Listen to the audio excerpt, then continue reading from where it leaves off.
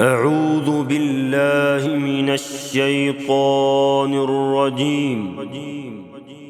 سورة الملك مكية، وهي 30 آية، وفيها ركوعان. بسم الله الرحمن الرحيم. تبارك الذي بيده الملك وهو على كل شيء قدير. الذي خلق الموت والحياة ليبلوكم أيكم أحسن عملا، وهو العزيز الغفور. الذي خلق 7 سماوات طباقا، ما ترى في خلق الرحمن من تفاوت، فارجع البصر هل ترى من فتور،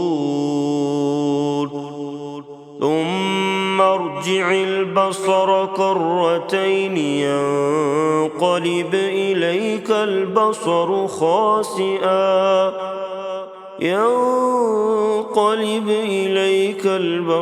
خاسئا وهو حسير. ولقد زينا السماء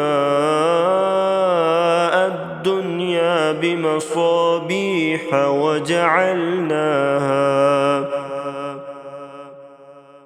وجعلناها رجوما للشياطين، وأعتدنا لهم عذاب السعير. وللذين كفروا بربهم عذاب جهنم، وبئس المصير. إذا ألقوا فيها سمعوا لها شهيقا وهي تفور، تكاد تميز من الغيظ، كلما ألقي فيها فوج سألهم خزنتها ألم يأتكم نذير. قالوا بلى قد جاءنا نذير، فكذبنا وقلنا ما نزل الله من شيء إن أنتم إلا في ضلال كبير. وقالوا لو كنا نسمع أو نعقل ما كنا في أصحاب السعير.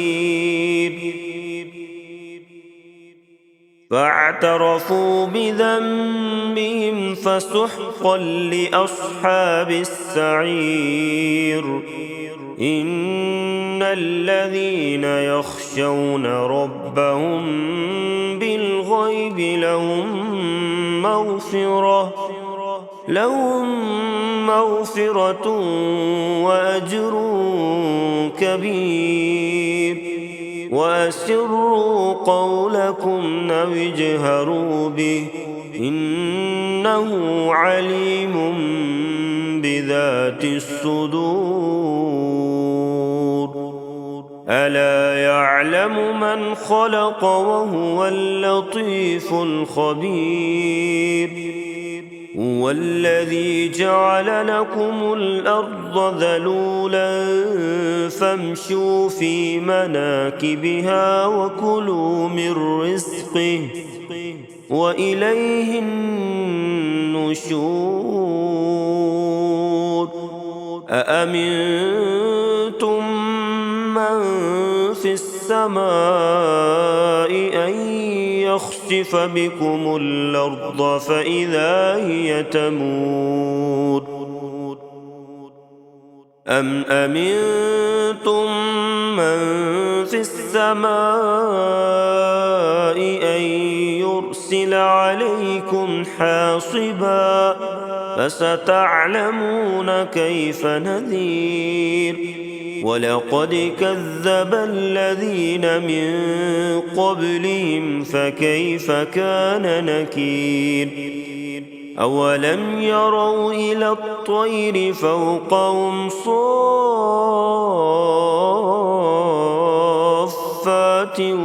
ويقبضن ما يمسكهن إلا الرحمن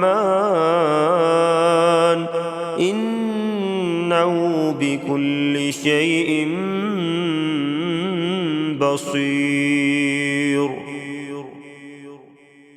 أمن هذا الذي هو جند لكم ينصركم من دون الرحمن إن الكافرون إلا في غرور أمن هذا الذي يرزقكم إن أمسك رزقه بل لجوا في عتو ونفور أفمن يمشي مكبا على وجهه أهدى أمن يمشي سويا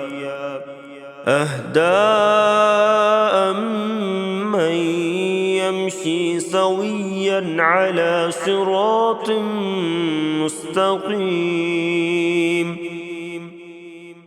قل هو الذي أنشأكم وجعل لكم السمع والأبصار والأفئدة قليلا ما تشكرون قل هو الذي ذرأكم في الأرض وإليه تحشرون ويقولون متى هذا الوعد إن كنتم صادقين قل إنما العلم عند الله وإنما أنا نذير مبين فلما رأوا زلفة سيئت وجوه الذين كفروا وقيل هذا الذي كنتم به تدعون قل أرأيتم إن أهلكني الله ومن معي أو رحمنا